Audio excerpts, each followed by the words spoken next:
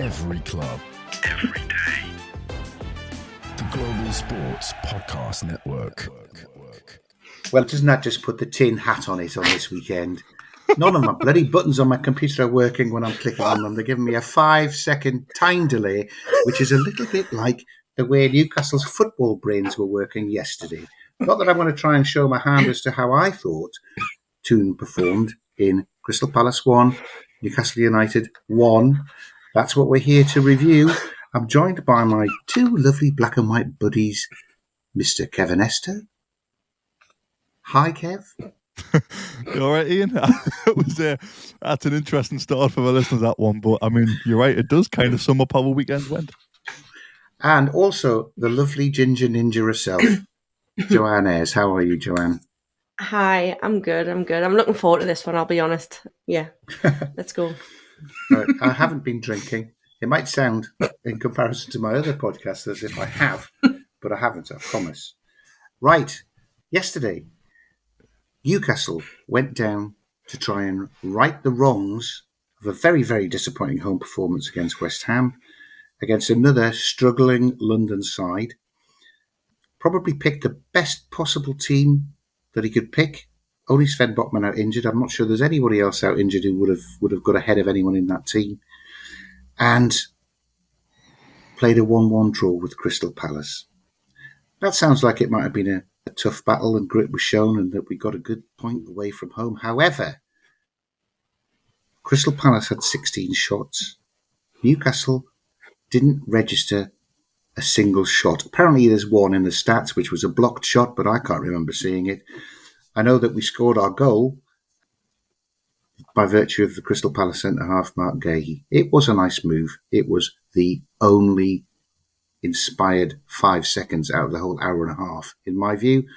But look, I've probably made my feelings rather clear there, and I don't want to just go on and steal the whole of this first part.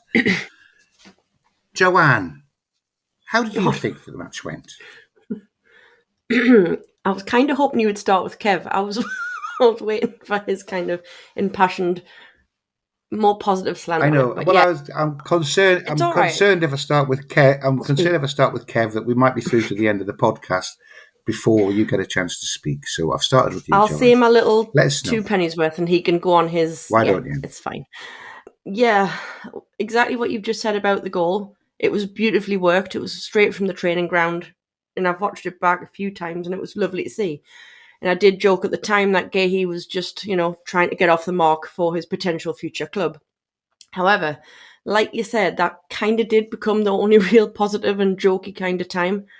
We did defend well. We can't deny that. I think Dan Burn being back in defence, which we expected him to be, was a pillar of strength. Pope pulled off a few great saves as well.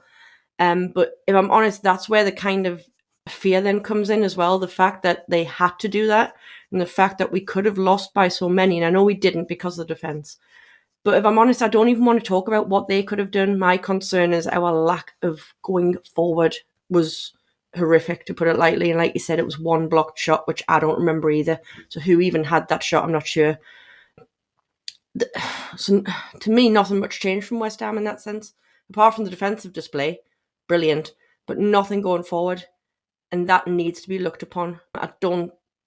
It can be fixed. I will always believe in it can be fixed, and I believe how it can do it.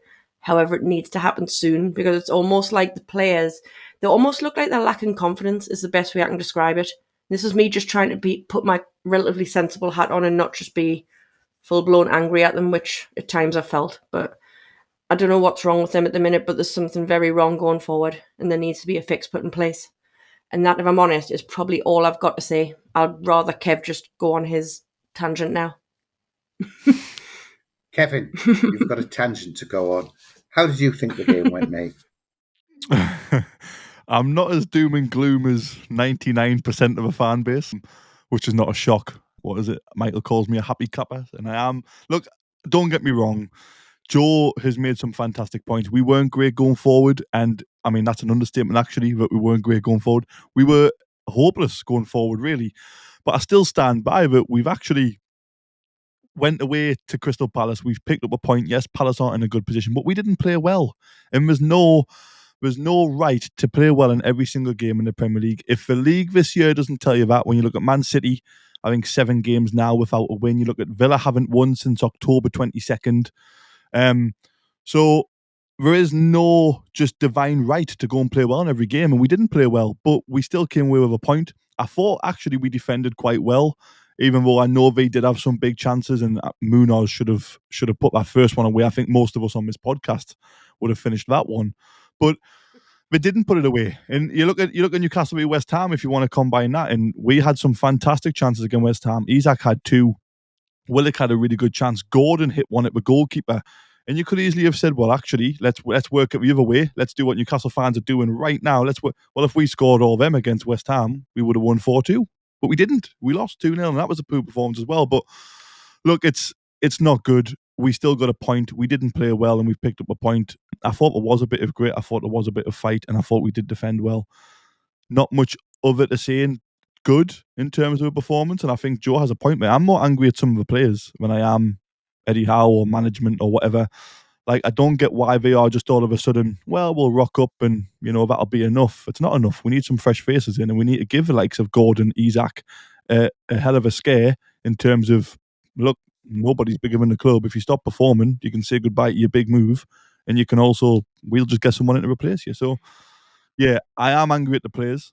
I am angry that we were poor going forward, but I'm not doom and gloom in terms of it's a nightmare. We've got 4 good performances before the West Ham and Palace one, but everyone's forgot them already in typical Newcastle entitlement fashion.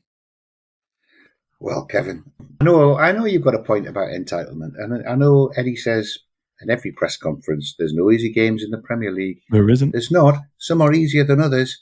I would Correct. say a home game against a struggling West Ham side who looked like a deer in the headlights when they started against Newcastle last Monday would be one of the easier games. And if you had to pick a team to go and play away from home at the moment, Crystal Palace, with all of their semi-fit and injured players, would probably also be. It's only Super Spursy Spurs that have lost to them this year. Villa drew at home against Palace recently. No one's talked like there's not this. Tell me if I'm wrong, the listeners, but Man City haven't won in 7, right? And there's no call for Pep because he's got enough in the bank. Unai Emery hasn't won since October 22nd in all competitions, and they drew at Palace, drew at home to Palace actually, and there is no like level of anti-manager stuff flying around on social media. It's just the negative and unhinged stuff seems to be confined in Newcastle. It's very, very, very frustrating. No, well, I think Emery has got his, we're being really busy in the Champions League as well card to play. And they should have beat Juventus last week, I think. Should they not? They had a goal disallowed at the end. So that, yeah, I mean, if he's got to play his, I've got too many games, I've got a load of injuries, he's sounding a bit like Eddie Howe this time last year, isn't he? So that's why he's also got an extra year's worth of time on his side for the fans to forgive him and to allow him to find a way through. That's why Emery's not being picked on. I combine those 2 games. It's 166 minutes since Newcastle last conjured a shot on goal against West Ham and against Crystal Palace. Now, I don't think I'm being over-entitled at hoping that players, and we've got at least 3 that we would value at 100 million plus, and they were all playing on Saturday. I don't think we're being over-entitled to think that they somehow could get to a point where someone could put their lasers through the ball and actually put a shot. Doesn't even have to be on target to count as a shot. What the hell were they doing? What were they doing? I mean, AFC Wimbledon had 3 shots when they played at our place, and I don't think they got out of their own box. I agree. It is poor. It is like, I cannot defend that performance going forward. I thought we weren't very good at all going forward, but I just feel like there's a need of like just people being sensible. Like the 4 games before that, we beat Chelsea before the last 2, which have been poor. I agree, but before that, we beat Chelsea in the cup. We drew with Man City. We beat Arsenal, and we beat Forest away from home. We had 6 shots on target away to Forest, and it's like we just take that for granted. Oh, we beat Forest 3-1 away from home. We had 6 shots on target. We beat Arsenal 1-0. We had something like 7 or 8 shots on target. Brilliant. That's never brought up because we're winning, which is great. But I'm telling you now, if Palace hadn't had scored in the last kick of the game, the fan base would still be complaining about something, even though we won 1-0 after playing terribly away from home and still picking up 3 points. We saw it at the start of the season when we didn't play well and picked up points. We still weren't happy. When we started playing well and not picking up points, and we still weren't happy. When we started playing well and picking up points, and that's been forgotten about because of the last 2 games. It is just so mind-bogglingly unbelievable that we expect, as Newcastle United, 14 years of just left to rot under the Mike Ashley era, and apparently in 3 years of new owners and Eddie Howe, we expect to just steamroll every game and put in a good performance. It's not going to happen, and it never will happen, at least till another 5-6 years and another £400 million spent. Yeah. We have to be patient. We have to be sensible. Yes, I'm with you, Iain. It was a horrendous performance against Palace. It wasn't good, but I still think we defended well. I'll stand by that. We did defend well, but it wasn't a good performance. Neither was West Ham. But this is the Premier League. We can't just rock up and play well every game. So the fact that we were so close to picking up 3 points and not playing well, I'm still quite positive. Right, Kev, I'm positive like you are as well for those reasons. But what my main issue is, you've been very honest, I think, in our assessment of our performance there. Really not very good going forward. Had to show grit and determination in defence. Dan Burn played really well. He did, yeah. And demonstrated that if he'd been playing against West Ham, we may well have had no goals scored until we did manage to finally put one in the back of the net. However, Eddie Howe listed a number of observations on the game. I'm not sure he was watching the same game I was in his post-match conference, which I'm going to come back and put to you, Kev, in particular, and tell me how you think Eddie Howe is being honest with us as fans. But first, we've got to hear from Joanne, who's got a message from Zencastr. I have. Here at the Global Sports Podcast Network, we spent a lot of time selecting our delivery platform. Zencastr came out the clear winner, with 4K video recording from your phone and AI editing that automatically removes all those ums and ahs. It's super easy to start a podcast that sounds great and is delivered efficiently. If you're ready to tell your story, check out the link in the show description to learn more about Zencastr. Excellent. Thank you very much, Joanne. So, yes. Thank you.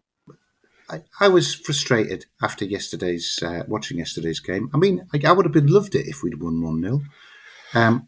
And I don't think we were outplayed like a 16 shots to 0 sort of game implies. I think it was 50-50 possession-wise. And we were a wall. I didn't think they were all over us. Yes, they had 1 or 2 chances that they probably should have taken, but they didn't. And so we were still holding them goalless right through to the last kick of the game, as Kevin said. What really infuriated me more was listening to Eddie's discussion of the game in his post-match press conference. Eddie said, "We moved the ball well going forward." He said a last-minute equaliser turned the game against us and that we deserve to win. When he's asked why we're not scoring anymore, because we've got 14 in 14 and we scored 85 last year, said, "Why are we not scoring goals anymore, Eddie?" He said, "I don't know. We're doing the same things as we did last year." That's the whole fucking point, isn't it?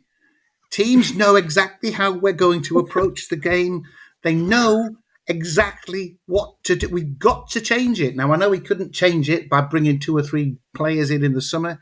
His hands were tied on that, were they?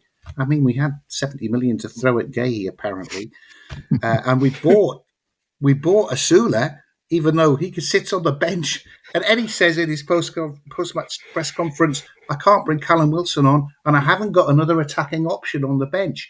Apart from the centre-forward you paid 15 million quid for, Eddie." Is he deluded? Was he unconscious and just woke up in time to be told that we'd managed to scratch a 1-1 draw at Crystal Palace and just made all of this up? Kevin, what was he bloody talking about? You do make some good points, definitely. However, I think the Asula one, I kind of understand it in a weird way. I know not many people will, but look, when he brought in Lewis Hall and when Bruno came in and Tino, all the young players he buys will never just come straight into the team. He likes to almost seemingly protect them, which I wouldn't blame him, by the way. At the minute, when you look at I'm not going to say half, a small minority of a fan base, I wouldn't mind him protecting Asula. So I understand why Barnes came on and all that stuff. In terms of moving the ball well, I think it's probably the first time in 3 years he is lying to us. But I think he's also, we've got to keep in mind that exactly what you said, he hasn't been allowed to bring in new players, which is part of the issue why we have been found out potentially a little bit attacking wise. And yes, he can mix it up in trading and stuff, but he has to protect these players. He doesn't know when he can just ship them out. He doesn't know when he can't just come out and say, we were dreadful, we didn't move the ball well, didn't manage a single shot on target. It's a disc. If he comes out and says that, he's lost a dressing room, he may as well just resign. If he comes out and says that. So it is frustrating from a fan's point of view, but I think, again, we just need the sensible hats of, he can't come out and slate the players. He cannot come out and just have a go at every single one of them and say they were diabolical. He might do that behind the scenes, by the way. We don't know what went on in the dressing room. He could have absolutely lost his head and went through them. But in front of the media, I think he has to show that he is going to protect his players. And I think he also has to show some of the fans who will understand it, that he isn't a Jose Mourinho, he isn't an Antonio Conte who is going to come out and absolutely smash the place. So I think there's a little bit of that going on. And yeah, I think if Eddie Howe did feel like that somehow at the end of the game, he won't be feeling like that today when he's watched it back and when he's analysed it. He will not be feeling like that. And you can guarantee I back him, and I always back him. I back him too much, I know I do. But he will be having them words with the players. I thought Harvey Barnes was non-existent. I thought Gordon was poor. I thought Isak, before he came off, was not very good either. And we can say that as fans, and we can share that opinion. And I think it's good that we can hold players accountable and managers when I feel like it's fair. Even though I'd probably never hold Eddie Howe accountable, if I'm being completely honest with you. But he can't do that in public, but he can do it privately, and we don't know. We'll be able to tell on Wednesday.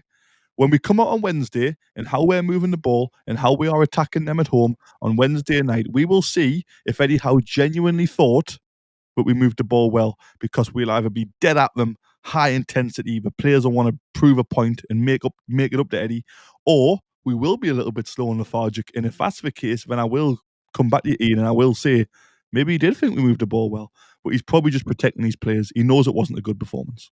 But he wasn't slow in being quite critical for Eddie Howe in saying that he really didn't like the last 30 minutes against West Ham. Mm-hmm. I mean, I read between the lines there. He was basically slating them off for completely losing the plot, and he made excuses for them. I played some of them out of position. We had a couple of injuries. But, that was at least honest about that West Ham's and supportive. So he can do it, but that was just made up yesterday, I thought. What do you think, Joe? Do you think he had any sort of... I mean, I'm speechless. How can he say... He's just forgotten he bought him. How can he say I didn't have another attacking option on the bench when he's got a young centre-forward? I know he wants to protect him and save him, but surely when your only functioning centre-forward is limped off after 20 minutes, and you know that Callum Wilson's only got 20 minutes in him, bring Will Asula on for 45 minutes either side of half-time. Sub him again and bring Wilson on if you really think he's struggling. But, the kid might just do something. Nobody knows how he's going to play.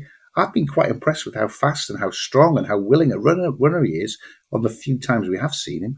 I just can't believe he didn't give him a try. But Harvey Barnes came on. I'm joining your team. I'm thinking Harvey Barnes is definitely not good enough for this team. Cash him in. First time somebody's agreed with us. I don't think we'll get 40 million back for it, but look, cash him in. Let's get some of that money back and reinvest it in a right winger, maybe. I think Joanne, I feel like I haven't asked Joanne anything in this part. Before we do jump to Joe, sorry, Joe, I'll just quickly say, I think if you were to look at the bench at that time when Isak comes off, and you have got Harvey Barnes, who is a Premier League player, played for Leicester, got goal. Is he still our joint top scorer or second top scorer of the season? And then you've got a young. And I'm with you, Iain. The short things, the little bits I've seen of Asula, I do like, but. You look at somebody you've paid 15 million for who isn't Premier League proven already, is very young, and Eddie Howe likes to protect the youth, or you've got a player who is 26, 27, whatever he is, second top scorer or joint top scorer of a season from out wide and not even playing every game. I think most sensible fans in that position would bring Barnes on because he seems like the most obvious choice in a Premier League match. I agree with you. He should not be saying he has no other attacking options. I think his head's probably just a bit all over the floor because he thought, oh, we've got a wheel 1 here, 1-0, and then they've conceded last minute, and then he doesn't know whether to come out and slate the team because they'll already be quite low after conceding last minute goal, and he's probably not sure what's going on in his head. He's been chucked in front of a camera, and he's thought, well, I'm normally honest with our fans, but I can't be honest this time. I think Barnes was a sensible option at that moment. Do you? Barnes, a left winger, coming on to play on the right wing, so you can move the left winger you already had playing on the right wing to play centre forward. I know, that's but not a sensible option. Gordon, when he's played centre forward previously, has looked good for Newcastle. He has. I know it's easy to forget about now. He's never looked as good as he does when he plays on the left wing. He hasn't, but he wasn't looking good on the wing in that game, was he? He wasn't looking good on the wing that game. Go on, Joe. Say something before the next advert, Joe. Please go on. Feel for Osler because I'm feeling a bit like Osler right now. I'm just sitting here on the wings watching it all unfold thinking, Jesus, this is going to hell, right? And they're not even giving us a chance. No, I'm messing with you guys. I'll be honest, the only real thing I've got to say about Eddie is I've always loved how kind of nice and calm, and he's very well media trained, but in a good way. Like, I love the way he doesn't kick off, by the way. I've never, ever once slayed him. And I've always thought he's got this calmness about him that I couldn't be that calm. Hell no. I'd be flipping one way or another. I don't have that kind of mentality, and I don't think many people do with him.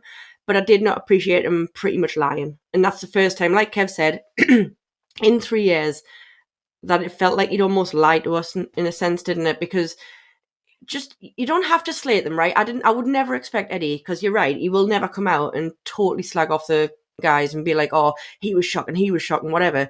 But you can be honest, and you can just say we didn't move the ball well, we didn't do that. You don't have to say we did and like just completely flip it on to just, it was just a downright line. I think it just topped off what was already a very frustrating performance. Put it that way. And I'll be honest, and then go on. Frustrating, and then we had our intelligence well and truly insulted, is what I thought. Anyway, he's just had a camera shoved in his face. He's always trying to protect the players. The players will be devastated conceding last minute. This is what Newcastle fans forget. They'll be devastated as well, and they'll know they didn't play well. The last thing the players want after 94 minutes against Palace is the manager coming out and saying, we didn't move the ball well enough, we weren't this, and we're probably already in there, down and out, thinking, I cannot believe we've conceded such a pony goal, a weak goal, in the last minute, and when our manager's coming out and saying we're bloody hopeless, the fans online are saying we're bloody hopeless. What the hell? Like, he is trying, I genuinely believe, he is lying. The solution, Kevin, is for them not to be so bloody hopeless the next time. The players deserve to be blasted, I'll be honest. It's a strange one, but they do. To me, I'm not saying they should have had it done publicly, but I really hope he went to town on them. We'll never know, but I really hope he went to town on them, because they were shocking, and I don't actually blame Howe. Yes, he got things wrong, but I've always went back to those players were pathetic. They were hopeless. So there's a lot on them. Defensively, they weren't. No. Defensively, as I said before, I'm talking about going forward. Your big stars, like we said there, Gordon, Isaac, whatever. So those are the guys I've got an issue with now. They have a lot to answer for, and I think Eddie Howe might be asking them questions behind closed doors, but I don't think he can. And again, we all agree he can't do it in public. But I agree. Look, he's probably just had a camera shoved in his face. He'll be devastated. He'll be gutted. There's a camera shoved in his face. He's being asked a question, and he's probably just thought, God, say anything to get me out of this situation. Just get me out. I don't want to be here. I just want to get back with my team. I'm defending him. He thinks he's Paul McKenna, and just by saying it, he can hypnotise the entire Newcastle fan base. They're all sitting there going, "Well, what a good point that was. We got at Crystal Palace this afternoon." It wouldn't go down well. Give us the JSPN advert, Kev, and we could try and work out what we could do to fix this. Yes, boss.